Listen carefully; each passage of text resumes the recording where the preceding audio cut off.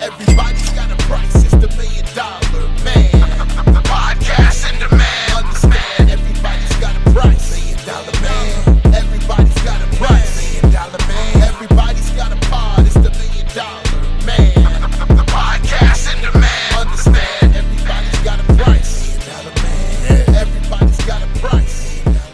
What's up, everybody? It's Marcus D'Angelo, and we are back for another episode of Everybody's Got a Pod. But this week, we do have to dip back into the archives. Something happened with the StreamYard video. We lost it. But hey, it's no big deal because this week we are doing something really cool. You know, last year, 2024, marked 50 years of Ted being in the professional wrestling business. And so at that time last year, I thought, why not tell the full story of Ted making the jump from being a college student with 1 year left at West Texas State to saying, you know what, I'm going to go pursue my passion and becoming a full-time professional wrestler. It's a great story, a story so great, in fact, we had to break it up into 2 episodes to tell really the full nuanced story behind Ted's beginnings in the business. And of course, you know, he became the Hall of Famer, a pop culture icon, the $1 million man. So I hope that you guys look back on this and enjoy these stories from the archives. Might be new for some of you, but yeah, this is the full story behind Ted's beginning in professional wrestling. Enjoy it, and we'll see you next week right here on Everybody's Got a Pod. You had mentioned before that your father didn't want you to get into wrestling. Is that correct? Yes. So why is that? Well, I mean, my dad, you know, and my mom, you know, neither one of them wanted me to be a wrestler. And it wasn't because of the wrestling itself. It was because of the very uncertain, just, you know, everything. It's kind of like back then it was, yeah, you wrestled in territories. You know, and pro wrestlers were constantly moving around. I mean, I would almost, you know, it's kind of like a circus, right? You know, the circus comes to town for a week or two, and then it goes someplace else. But it was like, and then as for territorial wrestling, say for example, they bring me in, you know, as a brand new babyface, good guy. Well, it takes a little time for that guy to present himself and get over, you know, with all of the fans in all of the towns in the territory, and the same thing with the heel. It takes time, and then the thing is, so you do a program with somebody, and that program, first match the heel beats you. Second match he finds another way. Even though you beat him up physically, he cops another win. And you know, and then eventually you get to that blow off match. And the blow off match, you know, back then sometimes it was a lumberjack match with all the guys around the ring. So you know you can't run. You know, if you get thrown out of the ring, you get thrown right back in. A cage match. One of the things where they would tie a what do you call it, a chain match where, you know, you've got to link the chain. You're tied to one end of it and your opponent's tied to the other end of it, so you can't get away. So those were the blow off matches back then, and you know, and that's what the people had to look forward to. But you know, once you've done that blow off match, now if you're the good guy, it's a lot easier to stay in a territory because everybody loves you. But if you're the heel and you build up to this blow off and you get beat, then you've got to move on for a while. Now you can always come back, but you have to go somewhere else for a specifics, you know, some time period before you could come back there and start again. And that was back in the days of territorial wrestling. And I think that's the biggest thing that my mom and dad had was, you know, it was kind of like, yeah, you always want something, you know, better for your children. And, or, you know, not as, I mean, and that was, you know, like, it's a hard lived life when you have to move around like that constantly. I mean, okay, first grade, Amarillo, second grade, Houston, Texas, third and fourth grade, Omaha. 6th grade, Amarillo, back to Omaha, 7th, 8th, and 9th grade.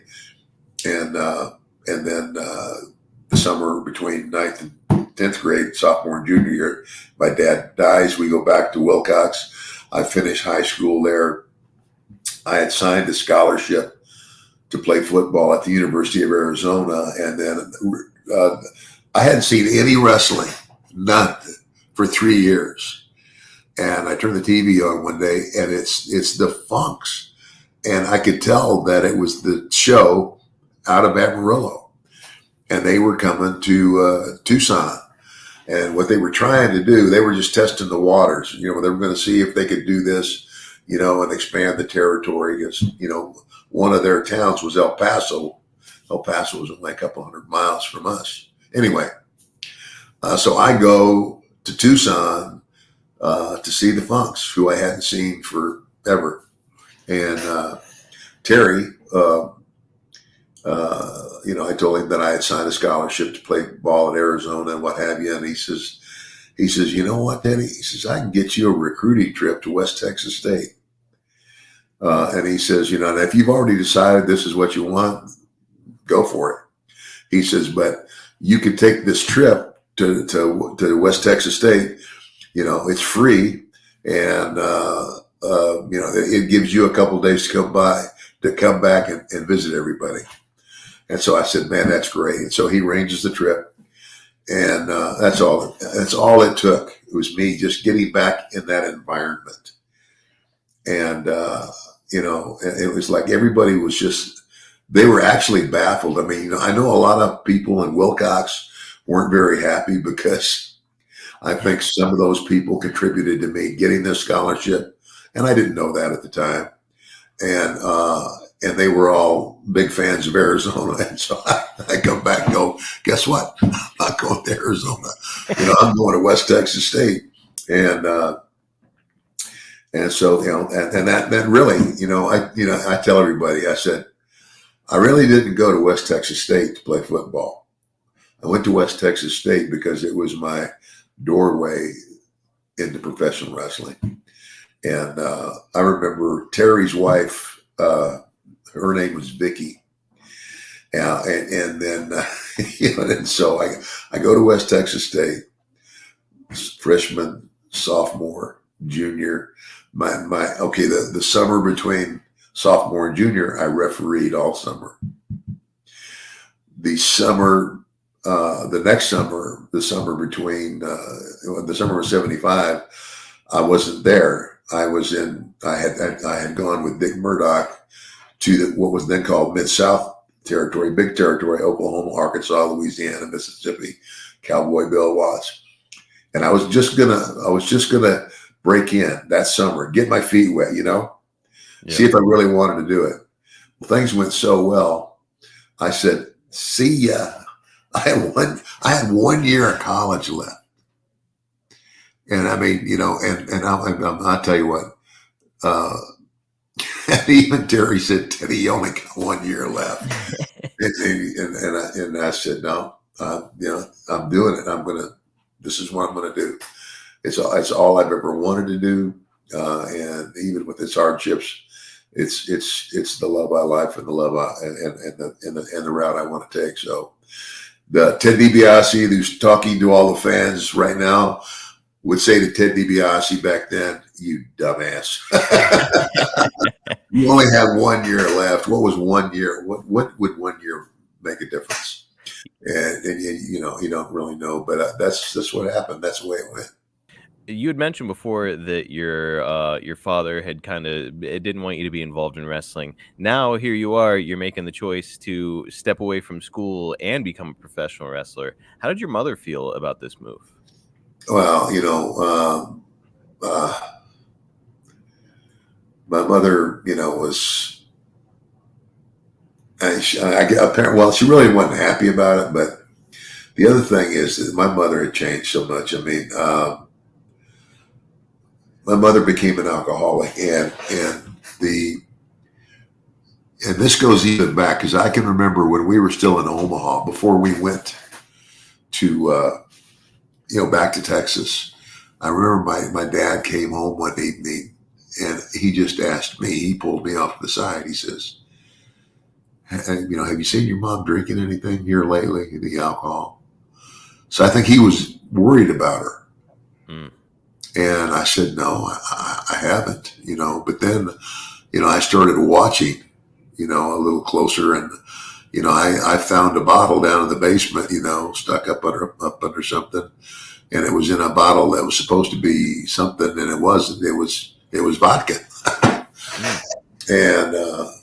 And so I let my dad know that. But that was, again, we went back to Texas that summer, and that's when he died. And when he died, she went over the edge. Oh my gosh. I couldn't believe it. Well, so you weren't exactly taking notes from your mother at the time then. She was struggling with alcoholism, so it's, you had made your choice, and that was that you're getting into wrestling. Yeah. Okay. Yeah. You as a fan growing up, obviously your father, Mike DiBiase, is going to be your favorite wrestler. But aside from your father, who stood out to you as a guy that you admired? Oh gosh. The Funks for Terry Funk. Terry Funk could do it all too. I mean, he could be the baddest badass or the greatest baby face, and I just thought that was great. And again, another guy, Dick Murdoch. Dick Murdoch was a guy that they were basically considering to possibly be, the next NWA world champion. But you never knew which Murdoch was going to show up. whether the sensible Murdoch was going to show up, or whether the wild orangutan was going to show up. And you were watching Dick and Terry as a kid? Oh yeah. That's interesting to hear that, as a kid, you're watching not only Mike DiBiase, who you would consider the generation prior to Terry Funk and Dick Murdoch, but then you're also seeing Terry Funk and Dick Murdoch probably during some of the formative times in their career. Oh yeah. I mean, those guys were the best of their era. And Amarillo was just, it's kind of like, I tell everybody, I said, West Texas State University, 11 miles south of Amarillo, Texas, in Canyon, Texas, probably graduated more professional wrestlers than pro football players. I mean, Dick Murdoch claims it, but Dick didn't actually go to college, but he's from Amarillo. Dick Murdoch, Dory Funk Jr., Stan Hansen, Bruiser Brody, Manny Fernandez, Tito Santana, myself, and what was the guy? His dad, Blackjack Mulligan, his son. Oh, Barry Windham. Wow. Yeah, Barry Windham. Barry Windham was to West Texas State too. That's a hell of a crew coming out of West Texas State. Yeah, no kidding. Hey, and you're talking about these guys they didn't all just become wrestlers. They all became stars. Yep. And many of them Hall of Famers. So pretty incredible group of guys coming out of there. Yeah. And man, we are going to be talking about the wrestling end of it. We might have to break this into 2 episodes, so we'll see. Okay. But, who would you say taught you the most when it came to handle the job of being a referee early on? It's like, that was something else that was funny. Again, I got a phone call from Terry, and I'm in college at West Texas State. He calls me. I was married to my first wife. And he said, Teddy, what are you doing? I said, well, nothing. He says, do you have anything you have to do? He says, no. He said, well, I'm going to pick you up 10 minutes. And I said, why? He says, because I need a referee in Lubbock. And so for whatever happened, his referee, he says, what size shirt you wearing? Tell me. So he says, yeah, don't wear blue jeans. Okay. Well, so hold on. This is you have never reffed a match before, and Terry Funk is calling you out of the blue, saying he wants you to. Yeah. Okay. Continue the story. Yeah, and so he picks me up, and I'm nervous as heck, and so we're going to Lubbock. We go to Lubbock, and he said, Teddy, it's easy. He says, when the shoulders are on the mat, count. He says, when they're in the ropes, you got a 10 count on the ropes. And that time, if they're on the floor, they have a 20 count. You know what? And he says, if they don't get in time, count them out. You know, and so but by being in the ring with the wrestlers as they're doing it and listening to, you know, I mean, they had their own language. We had our own language, and this is a little, you know, Marcus, I was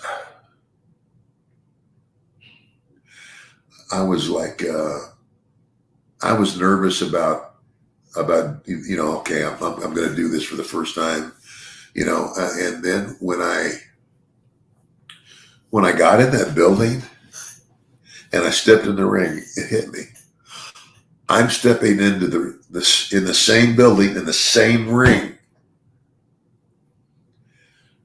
where my father's life ended. Wow.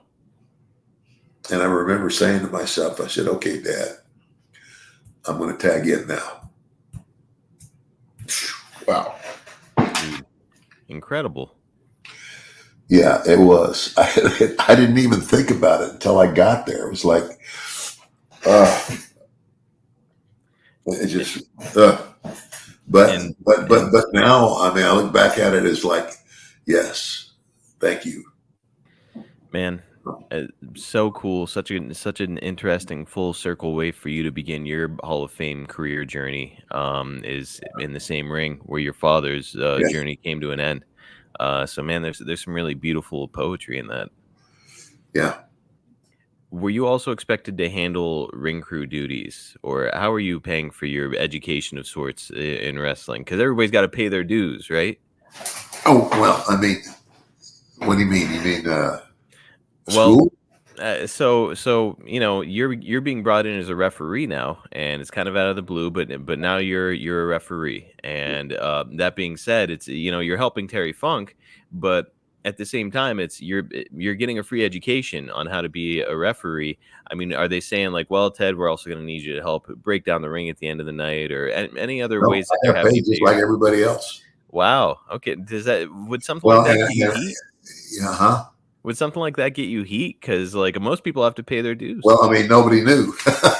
Okay. I mean, the only one, you know, it's like, you know, this was like a one-off thing. You know, I did it that night because, you know, whoever the referee was, you know, wasn't available. Something had happened, and they needed a referee. And so, you know, Terry, you know, just Teddy, he says, "Come on, you know, just here's the shirt, put it on." He says, and you know, you just listen to the guys in there. I mean.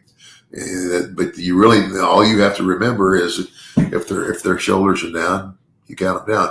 Plus the fact, you know, the finish, you know how each match is going to end. So, you know, you know that if you count somebody out before that, then that's not what they're, you know, if that's not what they were going to do. Well, you know, I said, but make it be on them, not you. Make it be because they didn't get their ass back in the ring before the count. They got counted out. So anyway. Man, I mean, he says referee it like it's a real match. You know, it's like, you know, we're in the corner, make them break. You know, and when the guy steps back, you step through.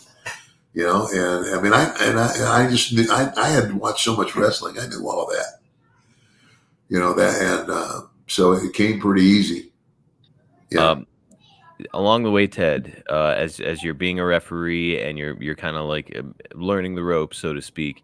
What notable names did you ref matches for? Obviously, I'm guessing the Funks, but any others that are maybe of note? Oh gosh, I mean, you know, right there in the Amarillo territory, you know, again, always had great talent, you know, and so basically the entire summer between my sophomore year of college and my junior year of college, that's what I did for a summer job. I refereed because it was every night.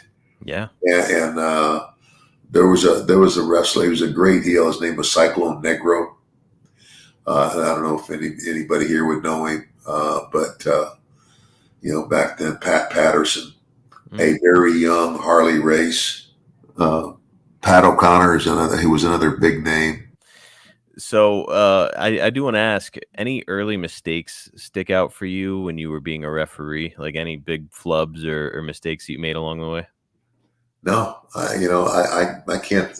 Well, I don't.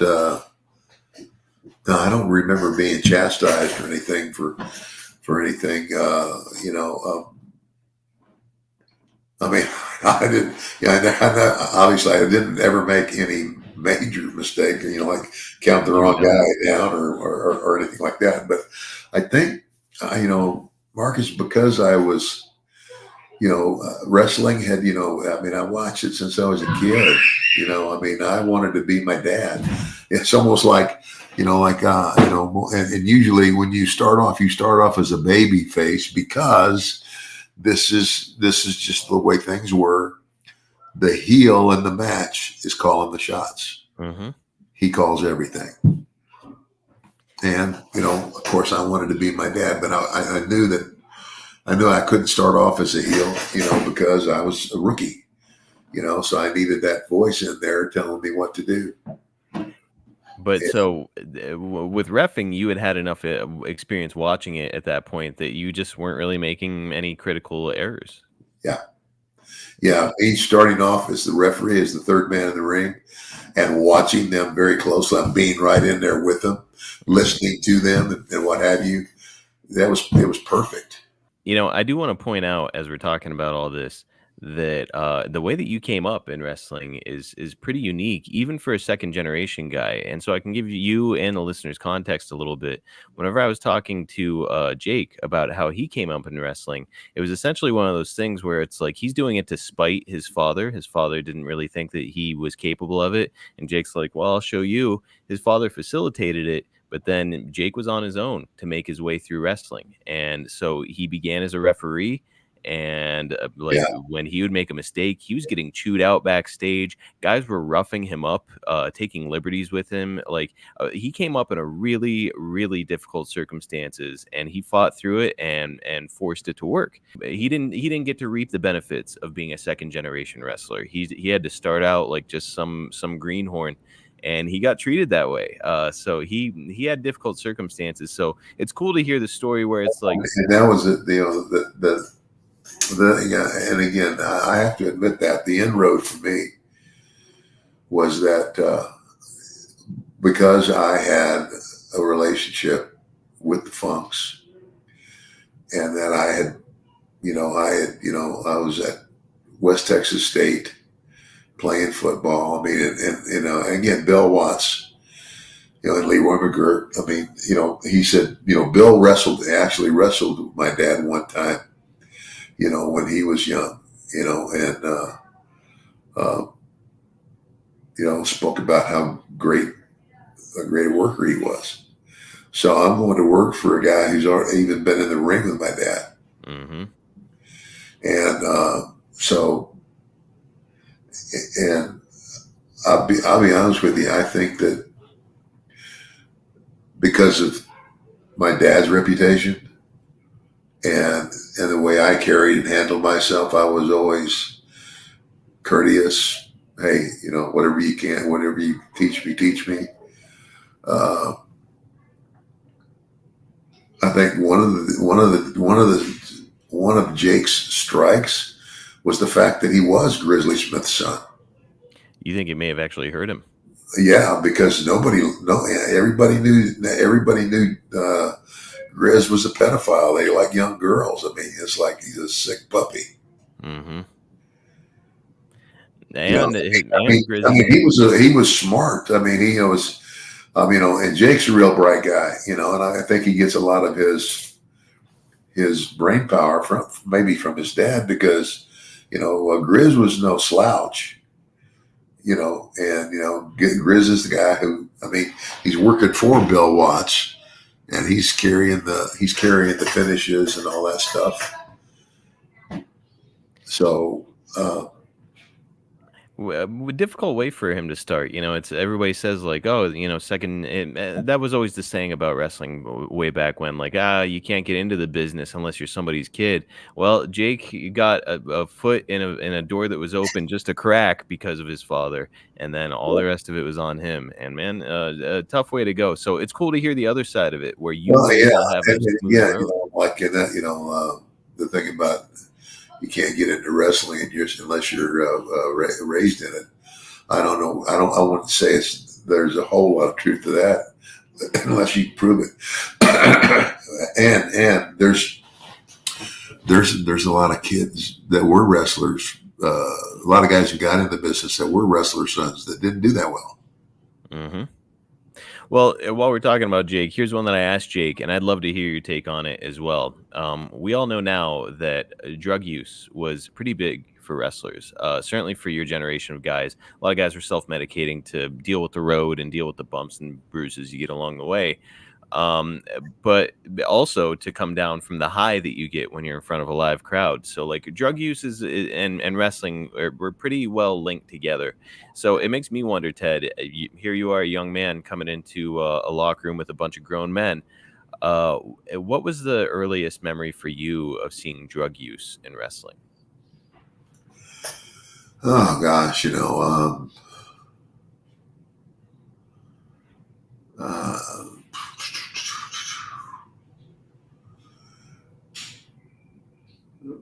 yeah, it's hard for me to remember. I mean, back then, the only thing, thing that if I saw anything, usually it was pot. My attitude was, as long as they could do that and still get out in that ring and do what they've got to do, okay. And if it helps them in some way, okay, that's their business, and I'm not going to get in it. But when they would offer to me, I'd say thanks, but no thanks. Whenever I talked to Jake, he said the same thing. He said that it was pot that he saw getting used back in those days, and he said because Coke didn't really become a thing until like the '80s. And it makes me wonder, Ted, like, do you think that your generation of guys was the guys that really started to develop drug dependency with with cocaine and pharmaceuticals being introduced?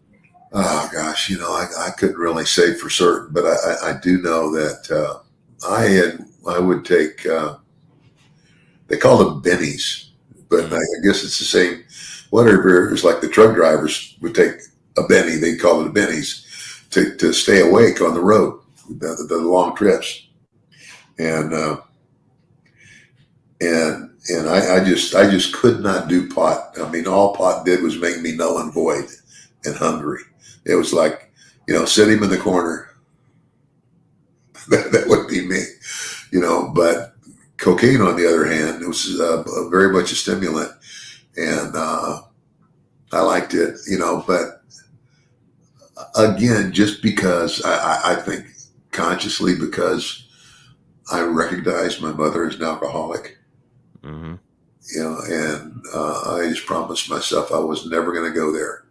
And so, irregardless of what it was, again, pot was just, if I were going to take a couple hits off a joint, it would probably be right before I went to bed, and go sleep. Coke, on the other hand, was a stimulant, and I liked it, but again, it was kind of like I used it when I needed it. I didn't just sit up all night and do cocaine because it was there. You know what I'm saying? Yes. But I was always, I guess, addiction fear. I didn't want to become my mother. I hate to say that, but my mother, God bless her, was an alcoholic. And my mother was only 56 years old when she died. Way too young. Way, yeah, Unbelievable. yeah. Okay, guys, time to pause the show to talk about one of my favorite sponsors, and a sponsor that I know is a huge favorite for all the men listening to the podcast right now. Of course, I am talking about Blue Chew. By the way, not just a favorite for the men. I think the ladies can really appreciate the benefits of Blue Chew as well if you smell what I'm stepping in. Blue Chew is like a cheat code for your crotch, pal. Stronger, harder, longer lasting. It's like somebody gave your downstairs a little pep talk. And brother, Blue Chew is the original brand offering chewable tablets for better sex. Guys, you know that moment when you're coming in from grocery shopping, and if you're like me, you want to make one trip. You grab everything all at once, fill up your arms. For me, it's like I'm from my shoulder all the way down to my wrist, and then my hands are full of groceries trying to get into the house and not have to make a second trip. Well, let me tell you, Blue Chew is so effective, you're going to have another appendage to hang groceries off of to bring all those in because, brother, it is going to get your dick rock hard. You're going to love it. Your partner is certainly going to love it. If you haven't tried Blue Chew yet, you could be missing out on the very best sex of your life. But listen, it isn't just about performance. It's about legacy, or third legacy, if you will. Give her group chat something to talk about. You know what those girls are on there texting about you. Why don't you give your wife or girlfriend or significant other, spouse, whoever, something good to talk about? Nothing is going to make you more of a legend than a little Blue Chew. It's time to discover your options at BlueChew.com. And we've got a special deal for our listeners. As always, get your first month of Blue Chew free. Just use promo code EGAP at checkout and pay $5 for shipping. That's it. I'm telling you right now, you are getting erections sent to you in the mail for free. You really cannot do much better on a deal than that. Like, honestly, what do you have to lose? Just give this thing a try. If for whatever reason you end up not liking it, don't do it again. All you lost is $5. It is seriously worth just trying out. Not just for you. Do it for your partner, pal. Join Blue Chew's mission to upgrade humanity one thrust at a time. Head to BlueChew.com for details and safety information. And we want to give Blue Chew a big thanks for sponsoring Everybody's Got a Pod. So, Ted, I know as you trained, you were making money as a referee. Is that correct? Yeah, I mean, it's kind of like the summer between sophomore and junior year. That would be 74. Mm-hmm. Yeah, that's the summer that I refereed, and I had been, I guess the other job that I had, I was a lifeguard at a city swimming pool in Amarillo. Ah, okay. So I can't remember if I was doing both of those things. But by and large, I think it was the refereeing, and I mean, for a guy who's in college, and the other thing that I was able to do, which not everybody was able to do, is that I kept my my room, like my dorm room, which was part of your scholarship. Yeah, and but that's not supposed to be through the summer. Right. And that's the and with the refereeing and stuff, that would have been the summer of 74.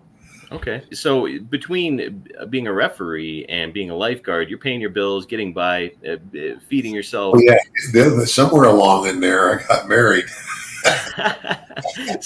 so for a young guy, you got a lot going on. Yeah, to number one, it was like I think I was 20 years old.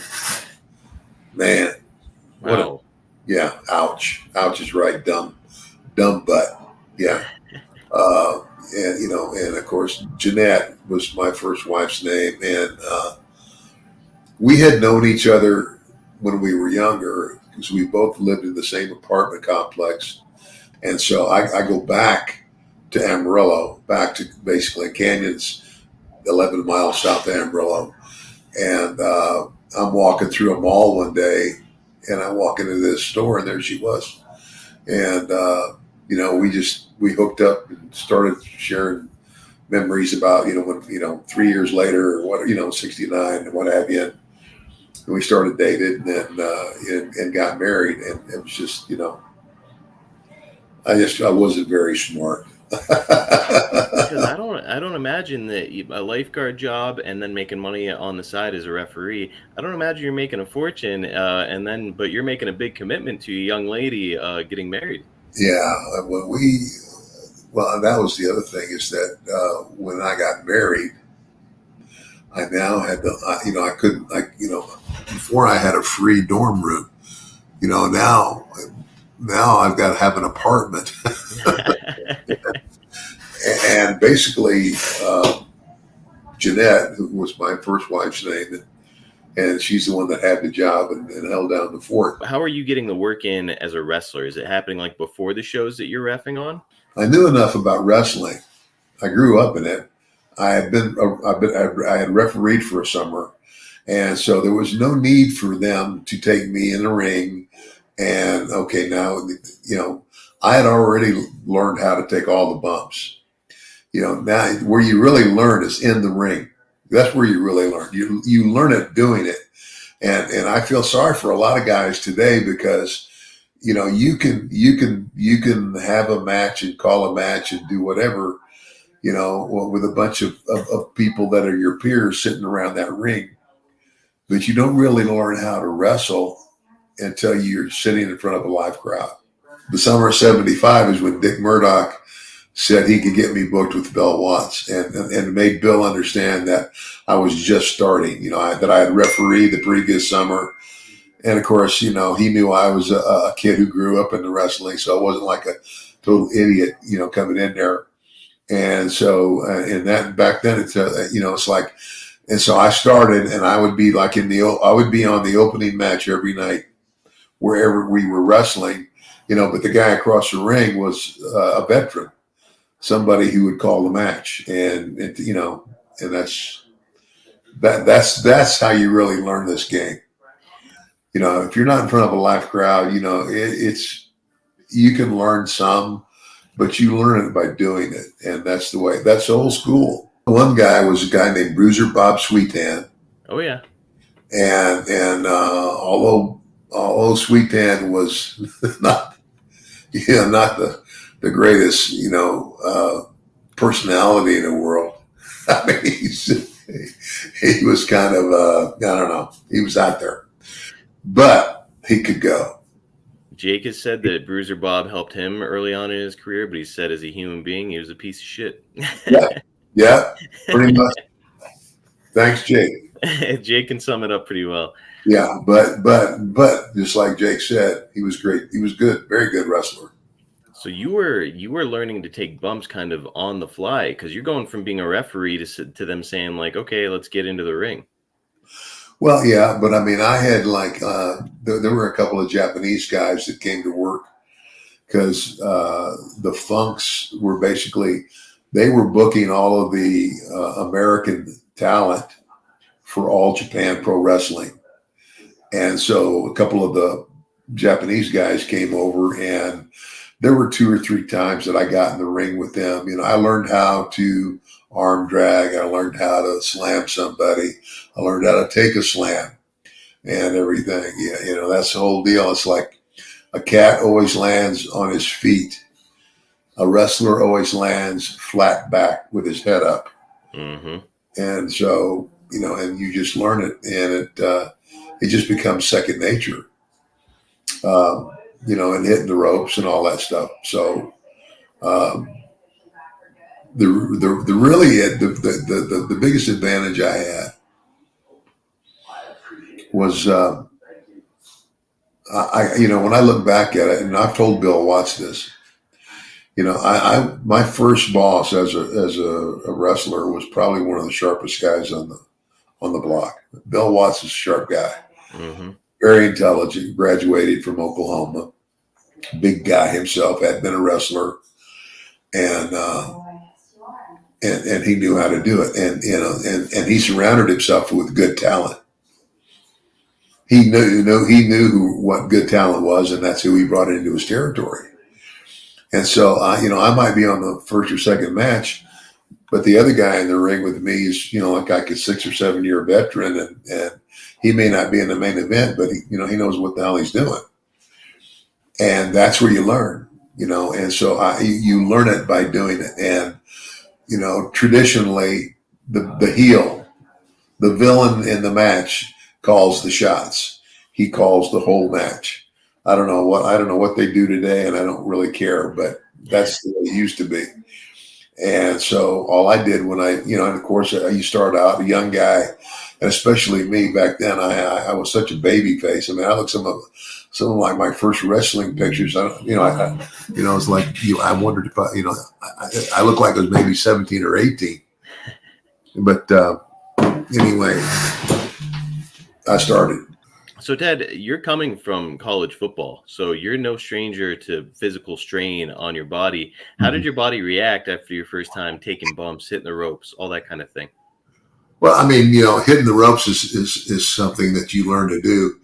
And actually, I think I got a little bruise on my side because it's not a natural movement. But once you've done that over and over and over again, you don't even realize it anymore.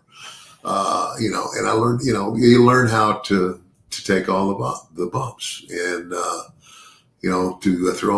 to do an arm drag and how you take a turnbuckle the right way, and just all the basics. But I pretty well knew all of that stuff when I started. Ted, your early training and stepping into the ring, obviously, taking the ropes and stuff like that, it'll beat you up, and taking bumps, obviously, it can be hard on your back. What would you say was the most difficult part of your early training? The stuff that you're like, oh boy, I don't know about this. Marcus, I mean, there was never anything that there's nothing I didn't look forward to. Wow. I mean, we didn't get in the ring every day. I mean, like the Japanese, the Japanese guys, those guys, but they put their young guys through hell. Those guys do, oh my gosh, Hindu squats and doing all kinds of stuff. I basically started by getting in the ring and having a match in front of a live crowd. Incredible. That's old school. But, again, the guy across the ring knows that I'm a rookie. He knows, he's got to lead me. And because we have our own language out there. We talk all the time. And so basically, I picked it up fast. Pretty remarkable. Outside of the ring, what were you doing to get your body ready, or where it needed to be as far as cardio, weight training, stuff like that? Nothing. Really? Nothing. I mean, you're talking about a different day. I mean, it's like you can look at me throughout my wrestling career, and there came a point where, I started working out on a regular basis, and I got good shoulders and good traps, but I never looked like a bodybuilder. And if you watch amateur wrestlers, they're in really good shape, but they don't look like bodybuilders. Mm-hmm. And so, yeah, I mean, what I did is I got in the ring every night and had a match. And that's what worked your cardio? Yeah. Wow. I mean, it's kind of like, but if you're wrestling, you go back old school, I'm in the ring with a lot of guys. I'm not bouncing around that ring like ding, ding, ding, ding, ding, ding. That's what, if we want to have a discussion about what's wrong with wrestling today, I can do that too. Yeah. I see a lot of guys get in the ring and they do all these spots and none of it means crap. And it looks bad. Nobody sells anything. It's just like one bump after the next. That's not the story, man. It's like when you grab a headlock on a guy and you take him over and you sit in that headlock, and he tries to fight his way out, or the whole thing is, if it were real, how would it look? And they don't do it anymore. Right. They don't. Very rarely. So yeah, you were more focused on storytelling, grabbing a hold, working slowly. That's the thing in wrestling that we always hear is like, hey kid, if you think you're moving too fast, slow, or if you think you're moving too slow, slow down. Meaning essentially take your time and talk to your opponent when you're in the ring. It's okay to grab a hold. You don't have to be constantly moving or doing something, correct? Exactly. That's it. Grab a hold, it's like, and I would watch. That's the other thing I did is I watched all the if I was not on the first match, or on the second, third, or fourth match, I watched the matches before me. So when I went out there, I wouldn't repeat what they've already seen. Mm-hmm. You know, it's like if I watch one match, you know, a guy works, you know, he works the leg, you know, and another guy works the head. Well, then I'm going out there. I'm gonna grab an arm. I'm not gonna, you know, I'm not gonna go out and work the same holes and body parts. It's funny, but it's true. Because you want it to be a unique match, something that stands Exactly. out. And if you're doing all the same shit that the other people are doing, you're not going to stand out. It's just smart. Yeah. Now, do you remember during your early days when, not just as a ref, but even as a young wrestler, when you're making towns, do you remember who you would have been traveling with during those early days? Oh gosh. Well, I think I traveled with Sweet Tan a little bit, Oh boy. you know, and like I said, he wasn't really. He was pretty much a derelict.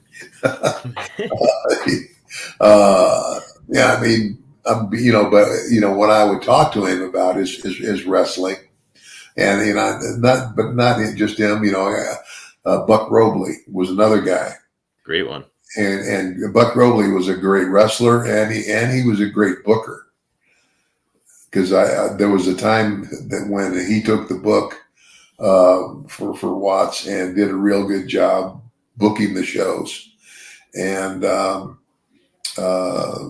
you know, Hanson and Brody, you know, they weren't there. They were there right when I got there, but right when I started the summer of '75, you know, actually I made my first road trip with Brody. He picked me up at the airport in Shreveport, and we went to Monroe, and no, we went to I think we went to Jackson, and wrestled in Jackson, and then drove down to Baton Rouge. That's a good guy to be in the car with and learn from. Oh yeah, well, Brody was just, you know, he was pretty much a loner, but you know, him and Hanson were good friends, and you know, Stan and I both went to West Texas. Brody did too, actually. Went to West Texas State. Wow. Now, what was the expectation? Because you're the young guy in these cars traveling with old veterans. So what's the expectation as far as you're concerned? Are you doing most of the driving? Are you paying for a lot of gas? Or how does that look for you? No, you know, back then, whoever was driving would charge trans. In other words, and back then it was like, I don't know, it was like 2 or 3 cents a mile. Mm. You know, like I don't know what it would be today, but so if you're the guy driving, then everybody, you usually got 3 other guys in the car, and they're paying you know, trans. So if you had a round trip 200 miles, you know, what would that be if you were giving them 5 cents a mile or something? I don't know. It would add up, especially back in those days. It was, gas wasn't crazy expensive. So yeah, it's, argument could be made. I think, I've also heard about a lot of guys saying like, just buy my beer in town. And then they, drink the guy under the table. Yeah. Really get their money's worth.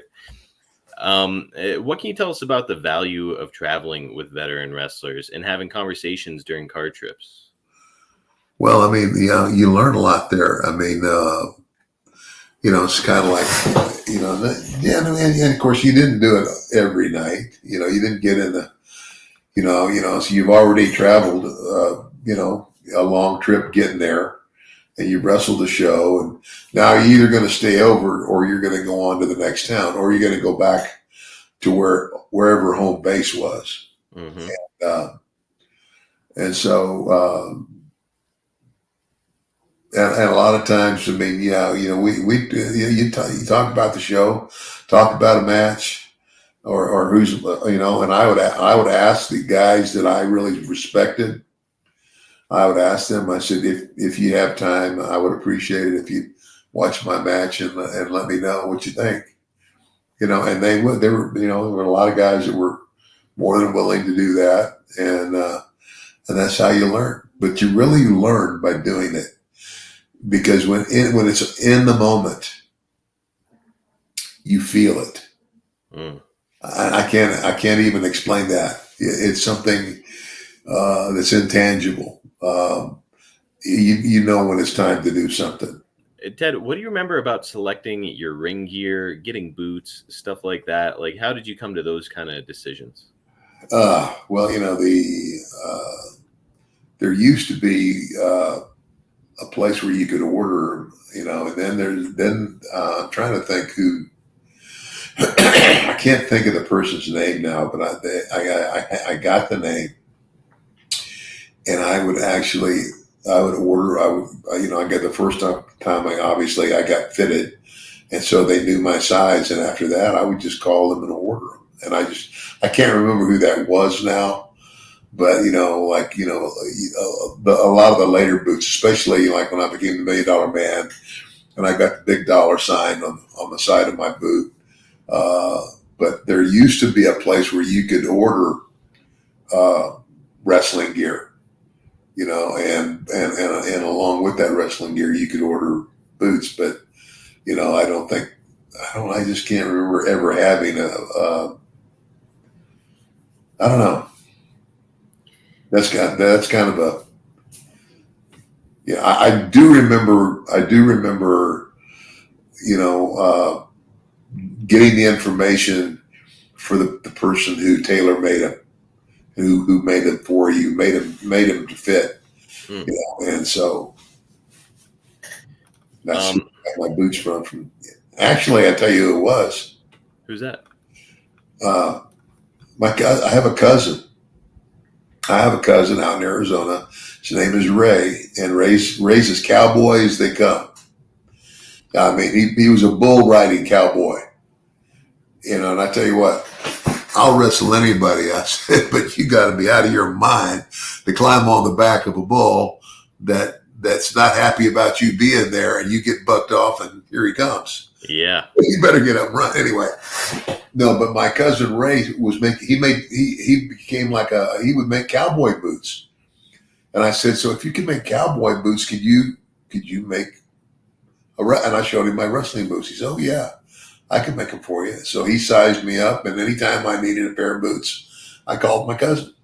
How about that? And Yeah. I'm sure he gave you a fair rate too. Yeah. Oh yeah. Is your cousin still around? Yeah, he's still there. All right, and you'll have to give me his contact info because I'm starting to shop around for. Well, I don't know. I don't know if he'd be making boots anymore. Yeah, it was worth a shot. Ted, there's a great early picture of you out there. I actually used it for the cover art for our last episode. It's you. You can tell you're a really young man, and you're out there wearing some black wrestling trunks. Now, there's no easy way to put it, so I'll just ask. The first time you put on a pair of wrestling trunks and you're going out there in front of a crowd, it's essentially like going out there in your underwear. As a young man doing that, how did you feel about it? Brother, it all came natural to me. Didn't bother you? It didn't bother me because I grew up in that atmosphere. I was used to seeing guys, wrestlers, and we just called them trunks, and your wrestling trunks. And so it's like I didn't picture it as being out there in my underwear. I said I guess it would be closer to and if you were a wrestler, there's a lot of the wrestlers that when we would in different towns like in Amarillo, I mean there'd be a group of wrestlers. They all had an apartment in the same place. In the summer, they'd all go out by the pool, and they're all in their tights. I mean, they're in their tights because you're not going to wear a bathing suit that comes halfway down your thigh. You know what I'm saying? And you get half of your leg tan. You ain't going to do that. Yeah, you got to wear your gear. And so I that never bothered me. Wow. Yeah, All right. I'm 70 years old now, and I still have a couple pair of those. And you would catch me dead at the pool wearing that today. So you're at poolside wearing a Speedo, so you I can don't look like it used to. you're at poolside back in the day wearing a Speedo, so you can get your tan looking right, and then you're going out in front of a crowd wearing the trunks. And actually, I just recorded with Jake yesterday, and somebody asked the question, so I'll ask you, Ted. Somebody asked Jake, what did you wear underneath your tights to avoid getting lines? And I was like, Jake, I know that a lot of guys were wearing thongs. Was that something that you were wearing? And he said, no, I would wear regular wrestling trunks underneath my long tights. So Ted, I'll ask you, were you wearing a thong underneath your tights? Well, no. I mean, what I had was I had a pair. I had a pair of the outer wrestling tights. And what I had was a smaller version of that, and not as thick, almost like a, man, I could, I could go in my room and get them and show them to you, but I called them under tights, and it wasn't a jock strap, but it would fit you snug enough that it served as such. Gotcha. Okay. Yeah. So. All right. We ask the hard questions here on Everybody's Got a Pod, folks. All right. Let's get to your first recorded match. So again, I'm emphasizing the word recorded here because I don't know if you had a match before this or what the story was, but when I go to Cage Match, I think it's cagematch.net. I don't know. Just type in Cage Match Wrestling on Google and you can find the same resource. This is the first recorded match that they had for you. It was June 7th, 1974 in the Taylor County Coliseum in Abilene, Texas. And you've got some great partners for it. Two guys that you told me last week you grew up admiring. And now you are stepping into the ring with them for your first recorded match. You're paired up with Dick Murdoch and Terry Funk. And you're going to take on the team of Jim Dillon, better known today as J.J. Dillon, and Patriots 1 and 2, who were Bobby Hart and Bob Griffin. Ted, does that sound accurate to you? Yes. It was my first, that was my first recorded, but what I didn't know that it was recorded. Oh, no. So when I say recorded, it's the first match that's on record for you. So there's no video of it. Okay. Yeah. And JJ Dillon, I remember him when he first came into the territory, he came in as a heel. And he and Dick Murdoch had a hell of a run together. Mm-hmm. And but to this day, I love that guy. He was good. JJ was good. Man, everybody says what a great bumper he was, and just again, one of those guys with really natural instincts for pro wrestling, and he parlayed that into a legendary career as a manager as well. Yeah. And so, Ted, just for perspective, 1974, you're 20 years old. You're stepping into the ring with a bunch of grown men who have been in wrestling for a long time. And man, it's just interesting to hear that, especially because it's two guys that you grew up admiring, Dick Murdoch and Terry Funk. And now here you are, and they're your tag team partners for your first match. Like, what a really cool, fun, interesting footnote. Yeah. Well, and that whole match that they did a deal where the week before or something, I was the referee, and somehow something happened, and I just can't remember what the reason was that they were going to come back. This is and I got two of the best partners that you could find anywhere. And I go, yeah, who you got? I said, how about Terry Funk and Dick Murdoch? Man, well, it's a cool angle and a cool way for you to get started. I would have to imagine, though, that because you're green as goose shit, as the saying goes, that you're spending a lot of time on the apron and maybe get like a hot tag. Do you happen to remember that? Well, not so much that. I mean, it was kind of like because I was the young guy. I was the young upstart, and that's the other thing is people knew the history. People knew that my father was Iron Mike DiBiase, who was one of the biggest names that ever came through there.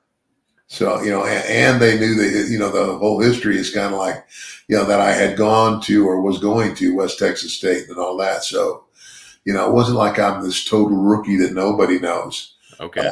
But by the same token, when I get in there and I'm wrestling them, I was all ears, man. I'm going to do whatever they tell me. So, and I did. So, okay, and that actually kind of makes sense too, because you don't have to be like a wrestling technician to go out there and get beat up and just listen to the guy, which is probably how the match was structured. They bring you out, maybe beat up on you. What Coliseum was that? You were in, hold on, the Taylor County Coliseum in Abilene. Abilene, Taylor County. Yeah, that's right. Um, And it was a Monday night wow, good memory. because we went from Taylor County Coliseum and drove across to Odessa, which was on Tuesday night. And then we get up on Wednesday and we would drive down another 100 miles to San Angelo. And we would wrestle in San Angelo, on Wednesday night. And then we would drive all the way back to Amarillo and wrestle in Amarillo on Thursday night. And then Friday night, we would wrestle in Lubbock. And then we would go back to Amarillo and we would do our TV on Saturday morning. And then if you had the short trip, you would go to Hereford, 30 miles away. Or if you had the long trip, you would go to Pueblo or Pueblo, Colorado, or Colorado Springs. One of them's 300, the other was a 350. And whether you're in Clovis, New Mexico, Clovis, New Mexico, or up in the Colorados, everybody's going to go from there to Albuquerque. And Albuquerque was every Sunday night. Wrestle in Albuquerque on Sunday night, drive all the way back to Amarillo, 300 miles, and get up and go to Abilene on Monday. So I want our listeners to think about that for a second.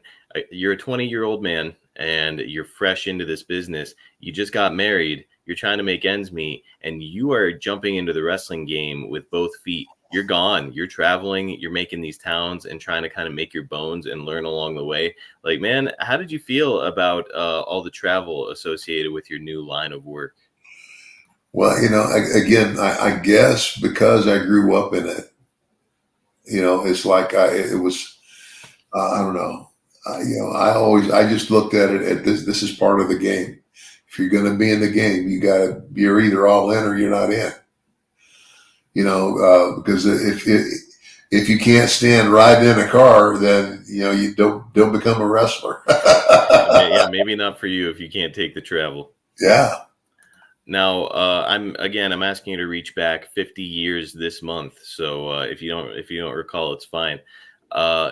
How big would you say the crowd was for a match like that? I mean, this is your first match. Would you say it was a packed house? Oh gosh, no.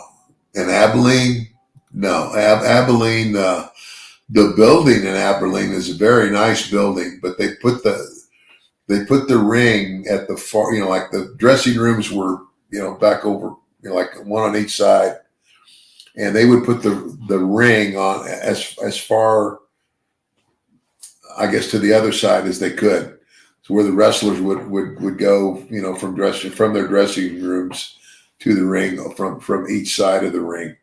And yeah, it was, Abilene would be, oh my gosh, they didn't do big, they never did huge houses there. Occasionally, but Abilene was never a town where you would fill that building to capacity ever. So I know you grew up in wrestling, and obviously you're familiar with, the crowds because you'd been out there as a referee before and stuff. But now you're out there with a couple guys you idolized as a kid as your tag team partners, and again some ring veterans in J.J. Dillon and the Patriots 1 and 2.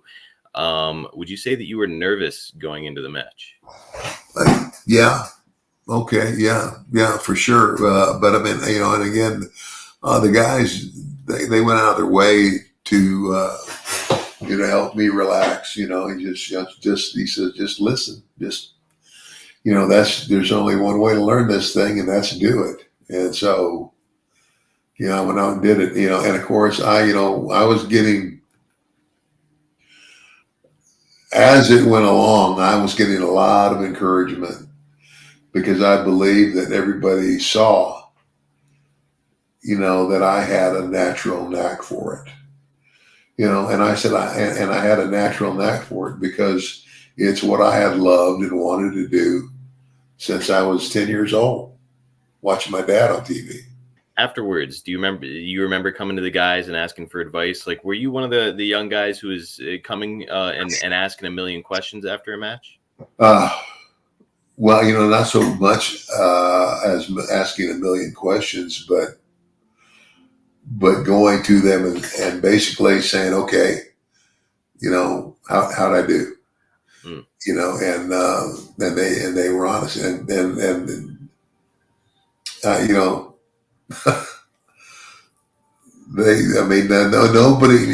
nobody. I never had any like serious criticism. I mean, in terms of don't ever do that, or don't ever do that. If there was any criticism, it was like little stuff, nuances. Yeah, and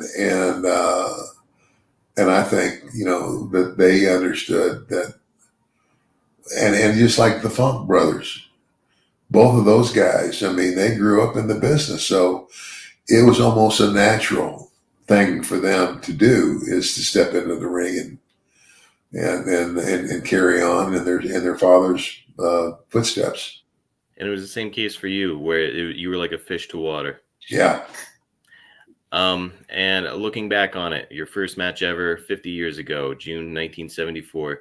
Did you feel like you did a pretty good job out there, or afterward? We can always be our own harshest critic. Did you look at yourself and say, like, boy, I need to get better, or did you feel like, okay, I'm starting something big here? Well, no, I mean, you can always get. I think you can always get better, but I again, back in the dressing room, post match, they told me back then everybody called me Teddy, and they said, Teddy, you did a good job for your first match. You did good, kid. So keep it up, man. And let me tell you, as somebody who's training in wrestling now, to have some ring veterans say something like that to you after your first match, it's got to make you feel like $1 million. Yeah, it was good. Awesome, man. And hey, look, I love telling this story. This was so great to talk to you about this. I mean, you only get 150-year anniversary. I'm glad we were able to split it into 2 episodes and really kind of cover it in depth. $1 million dream, tell them all good night. Everybody's got a pod,